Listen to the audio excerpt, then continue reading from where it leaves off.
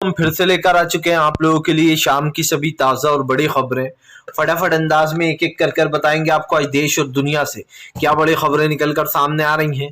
लेकिन उससे पहले दोस्तों एक नजर डालेंगे सुर्खियों पर।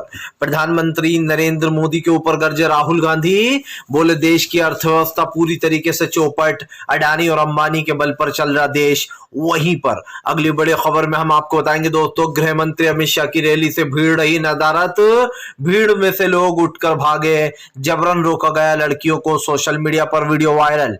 वहीं पर अगली बड़ी खबर में हम आपको बताएंगे दोस्तों, राहुल गांधी की हुई मध्य प्रदेश में एंट्री, प्रियंका गांधी भी रहेंगी साथ। वहीं पर अगली बड़ी खबर में हम आपको बताएंगे दोस्तों, असम में हालात बेकाबू। जी हां, आपको बता दें ताबड़तोड़ फायरिंग में 6 की मौत हो गई है।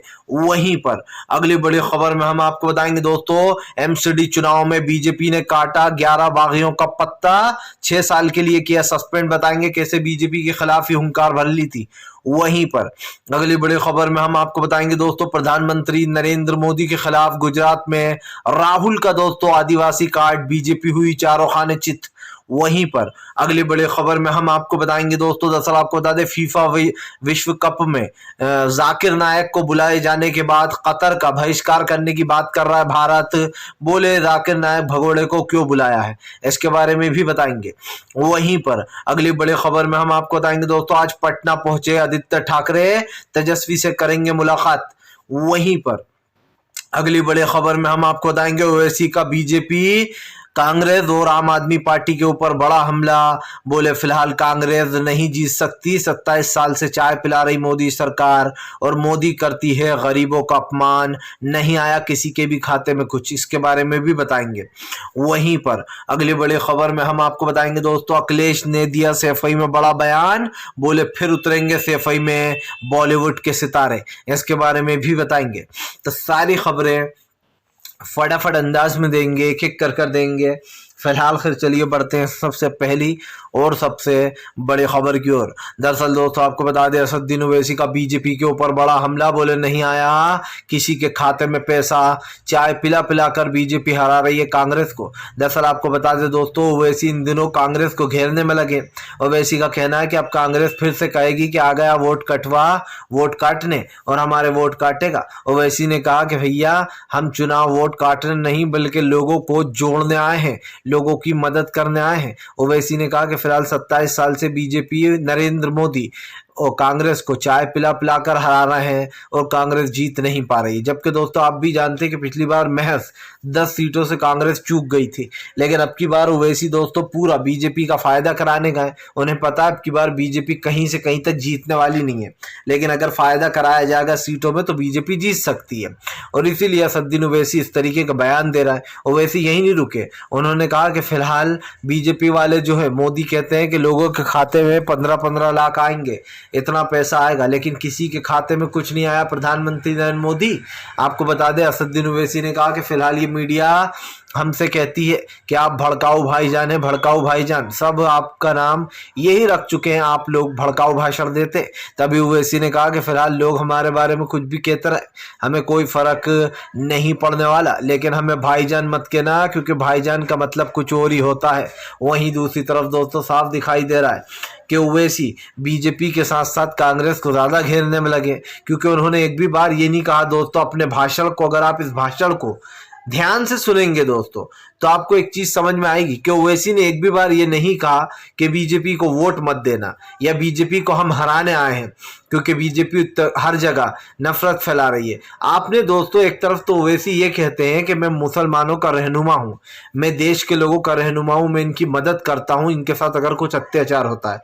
ओवैसी जी जरा एक बात बताइए, आपके भाषण में ना आप ये कहते हो कि हम बीजेपी को हराएंगे, आपके भाषण में ना आपने ये कहा कि हम तो बीजेपी के खिलाफ लड़ेंगे, बीजेपी को हराना मेन हमारा मकसद है।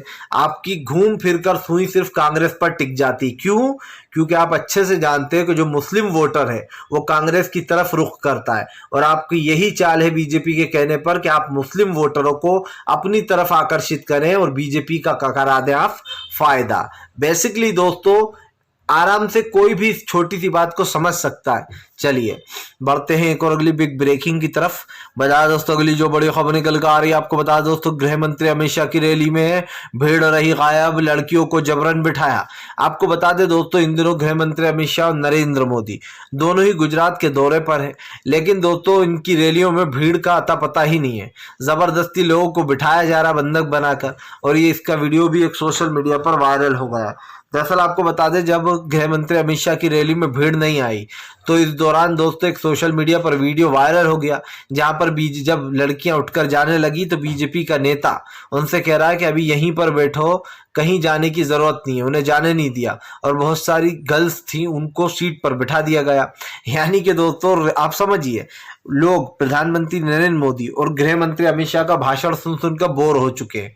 वो लोग रैली में से उठकर जा रहे थे लेकिन उनको जबरदस्ती बिठाया गया। यानी कि दोस्तों साफ दिखाई देता है कि फिलहाल रैलियों में भीड़ जुटाने के लिए बड़ी ही मेहनत करती है बीजेपी। कैसी मेहनत करती है दोस्तों? बीजेपी बड़ी ही चालाकी से उन लोगों को रैलियों में लेकर आती है पैसा देकर, और पैसा देकर ही रैलियों में बिठा लिया जाता है। क्योंकि जाहिर सी बात है दोस्तों कोई भी इतना वेला नहीं है कि वो उसके पास इतना टाइम हो कि वो रैली में आकर बैठे और इनके भाषण सुनेगा, और भाषण भी वही घिसे पिटे। हर बार पीएम नरेंद्र मोदी का सिर्फ एक ही दाव, यहाँ पर बहुत सारी वो शुरू होने वाली है फैक्ट्रियाँ, अब लोगों को रोजगार मिल जाएगा, अब नौकरियां दी जाएंगी, अब महंगाई बेरोजगारी कम होगी। वाह, मतलब एक बार तो आप 10 गुना महंगाई को बढ़ा दो और उसके बाद आप लोगों को ये जुमला दो कि अब तो महंगाई कम होने वाली है। इतने साल से दोस्तों प्रधानमंत्री 10 साल से क्या कर रहा है कि अब तक वो लोगों को बेरोजगारी से निकाल नहीं सकते थे, नहीं निकाल सकते थे। क्यों?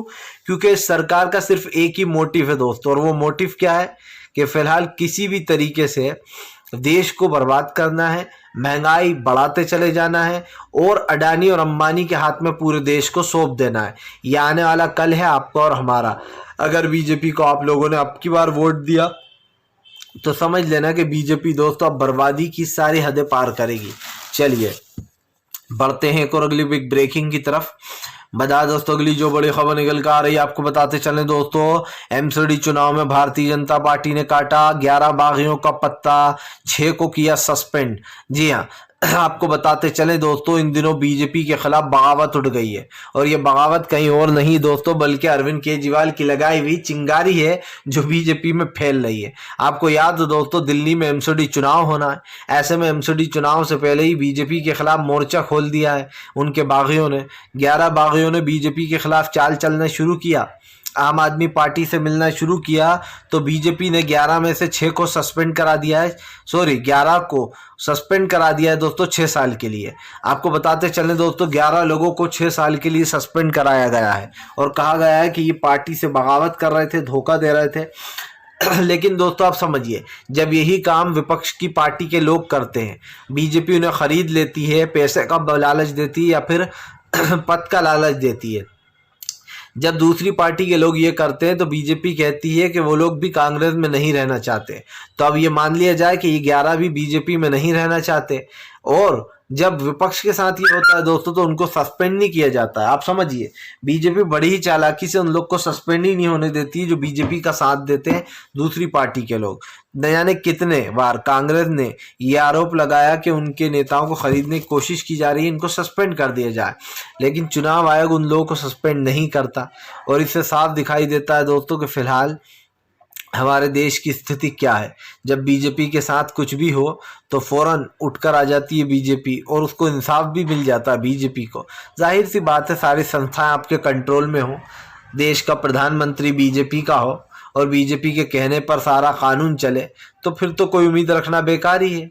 क्योंकि इस वक्त कानून की चल ही कर रही है, इस वक्त तो पीएम नरेंद्र मोदी की चल रही है। अगर कानून की चलती दोस्तों तो हमें कुछ और ही नज़ारा देखने को मिलता। जो लोग भड़काऊ भाषण देकर भी आराम से घूम रहे हैं, सजा उनको मिलती, जेल उनको होती, लेकिन मिल आजम खान को रही है। और ये इस बात का डिफरेंस बता रहा हूं मैं आपको।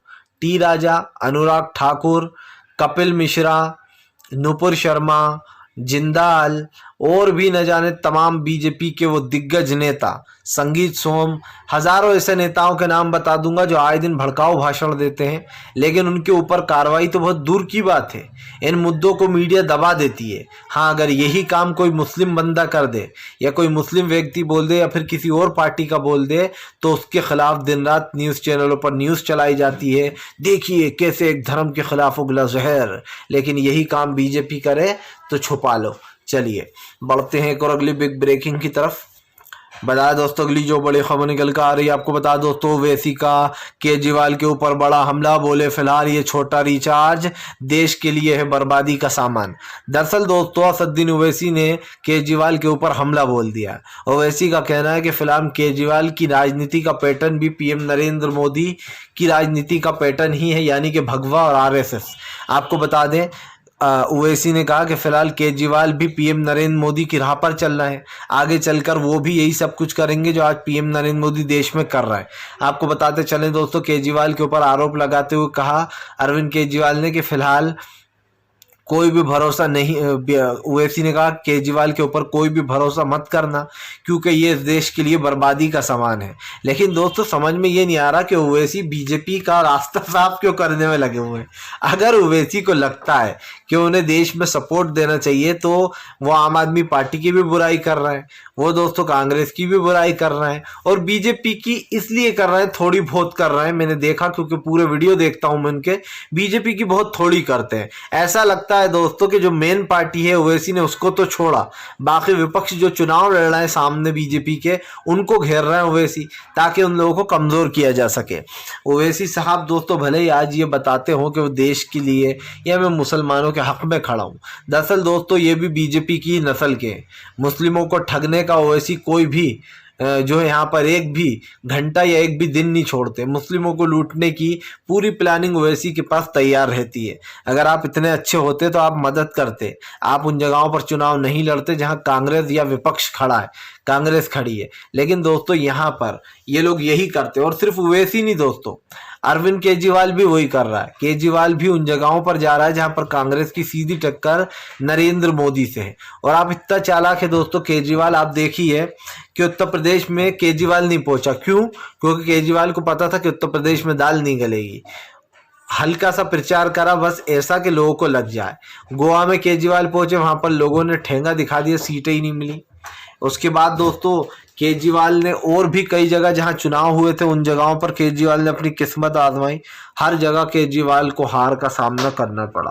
अब गुजरात पहुंचे, वहां से देखते हैं गुजरात में क्या करते, क्योंकि फिलहाल तो केजरीवाल है दोस्तों जो सिर्फ और सिर्फ कांग्रेस की सीटें मारने में लगे हुए हैं। और ये आपने पंजाब में देख ही लिया। अब केजरीवाल क्या है दोस्तों, पर खोलना चाह रहा है। उन्हें लग रहा है कि मेरी दो जगह सरकार है, हर जगह मैं ऐसा ही करूंगा, कांग्रेस के वोट शेयर को काटूंगा। और इससे दोस्तों कहीं ना कहीं केजरीवाल को ये लग रहा है कि उन्हें बहुत बड़ा फायदा मिलेगा।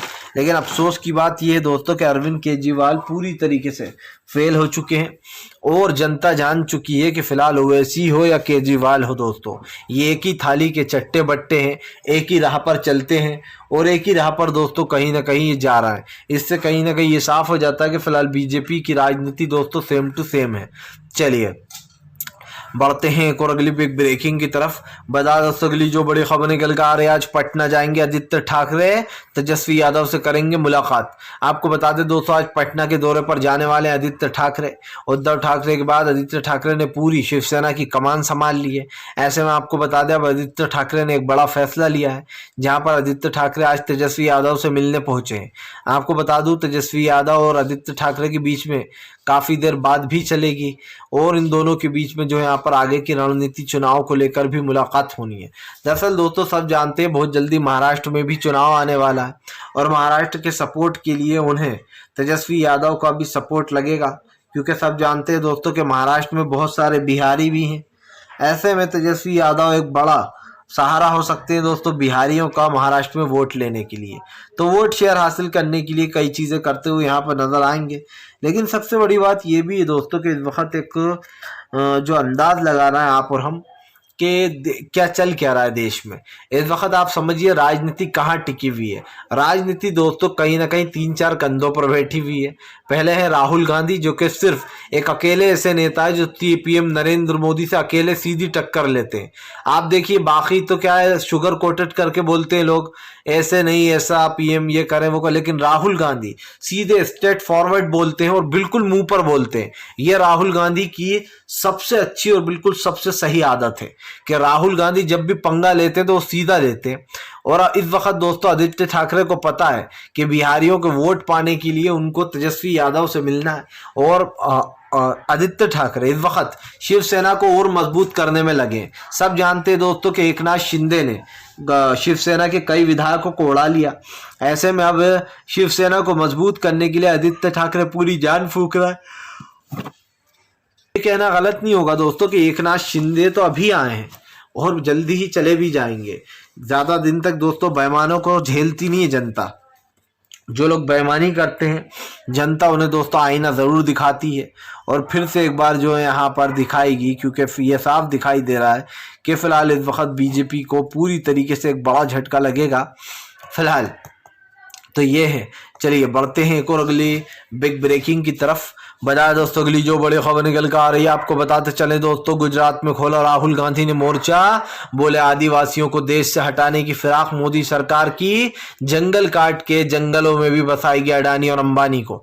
आपको बता दें दोस्तों राहुल गांधी का गुजरात में आदिवासी दाव बीजेपी के ऊपर भारी पड़ रहा है, क्योंकि दोस्तों अब तक आप समझिए आदिवासी का मुद्दा किसी ने नहीं उठाया था, लेकिन राहुल गांधी ने दोस्तों बड़ी ही चालाकी से और बड़ी ही फुर्ती से आदिवासी का मुद्दा उठा लिया है। राहुल गांधी दोस्तों मास्टर कार्ड प्ले कर रहा है और बीजेपी बौखला रही है। बीजेपी को समझ में नहीं आ रहा कि अब वो राहुल गांधी की इस चाल का कैसे जवाब दें, क्योंकि राहुल गांधी की बात कुछ गलत भी नहीं है। पहले तो दोस्तों आदिवासियों को शहर में नहीं रहने दिया जाता, उन्हें यहाँ से खदेड़ दिया जाता है, और उसके बाद धीरे धीरे कर दोस्तों अब जंगलों के जो फैसले हैं वो बिना आदिवासियों से पूछे ले लिए जाते हैं, और धीरे धीरे कर दोस्तों सारे जंगलों को खत्म किया जा रहा है। अब जब जंगल ही खत्म हो जाएंगे दोस्तों तो जाहिर सी बात है आदिवासी भी खत्म हो जाएंगे। इसी को लेकर राहुल गांधी चिंता में है और उन्होंने चिंता जताई भी। राहुल गांधी ने कहा कि जानबूझकर बीजेपी धीरे धीरे कर आदिवासियों से उनका जंगल भी छीन लेना चाहती है, और वो अडानी और अंबानी को ये जंगल सौंप देना चाहती है। आपको बता दें दोस्तों इस वक्त जो है यहाँ पर राहुल गांधी का ये मुद्दा आग की तरह फैल चुका है, क्योंकि गुजरात में आदिवासियों का मुद्दा एक बड़ा मुद्दा भी है। और आप भी जानते हैं कि सुप्रीम कोर्ट ने अपने एक जजमेंट में कहा था कि जब भी आप जंगलों से जुड़ा हुआ कोई फैसला लोगे तो उसमें आपको आदिवासियों की राय लेना बहुत ज़रूरी है। अब आप समझिए सुप्रीम कोर्ट ने ये जजमेंट क्यों दिया था और ये बात क्यों बोली थी। सुप्रीम कोर्ट का ये जजमेंट कहता है दोस्तों कि आदिवासी जो होते हैं वो बेसिकली जंगल एरिया से होते हैं, और जंगल पर पहला अधिकार दोस्तों आदिवासियों का ही है। इसीलिए सुप्रीम कोर्ट ने भी कहा था अपने एक जजमेंट में कि फिलहाल आदिवासियों से क्या जब भी आप कभी जंगल का कोई फैसला लोगे तो आपको आदिवासियों से पूछना जरूरी है, उनके साथ बैठकर ये फैसला लिया जाए। चलिए बढ़ते हैं एक और अगली बिग ब्रेकिंग की तरफ। बता दोस्तों अगली जो बड़ी खबर निकल कर आ रही है आपको बताते चले दोस्तों, इन दिनों जो है यहाँ पर जमकर हो रहा है जाकिर नायक को लेकर कतर में जो है दोस्तों आपको बता दें बवाल। दरअसल भारत ने ये कहा है कि फिलहाल जाकिर नायक को फीफा विश्व कप में क्यों बुलाया गया है, और फीफा विश्व कप को लेकर दोस्तों आपको बता दें जानबूझकर जब जाकिर नायक को वहां पर बुलाया गया तो बीजेपी ने जो है यहाँ पर कई बातें बोल दी, और बीजेपी का कहना है कि फिलहाल फीफा आईफा को लेकर जो है यहाँ पर जो जाकिर नायक हैं वो भारत से भगोड़े हैं, तो उनको वहां पर फीफा विश्व कप में के दौरान क्यों बुलाया गया। भारत का ये भी कहना है कि कतर आजकल अजीब गतिविधियां कर रहा है, जिसको लेकर जो है यहाँ पर भारत ने अपनी नाराजगी जताई है। दरअसल आपको बता दें दोस्तों कतर में बताया जा रहा है कि जो जाकिर नायक है वो जो है जाकिर नायक अपनी रैलियां कर रहा है, और कतर उनको रोज रैलियां करने का मौका दे रहा है, जबकि भारत का कहना है कि भारत का रहने वाला भी नहीं है जाकिर नायक, वो यहाँ के नहीं बल्कि इंडोनेशिया के हैं, वैसा भारत का कहना है। और भारत इस पर आपत्ति जता रहा है कि फिलहाल उन जैसे भगोड़ों को जो कि भारत से भाग गए थे, ईडी की कार्रवाई चालू हो गई थी दोस्तों, उससे पहले ही जाकिर नायक भारत छोड़कर चले गए थे। लेकिन सवाल सिर्फ इतना सा नहीं है दोस्तों, ये वही कतर है जहां पर बीजेपी के खिलाफ नारे लगे थे जब प्रॉफिट मोहम्मद के बारे में बेदबी की गई थी, और कतर ने ही जो है यहाँ पर कूड़े की गाड़ियों पर पीएम नरेंद्र मोदी के फोटो तक लगा दिए थे। फिलहाल वीडियो अच्छा लगे तो कृपया लाइक करें, चैनल पर पहली बार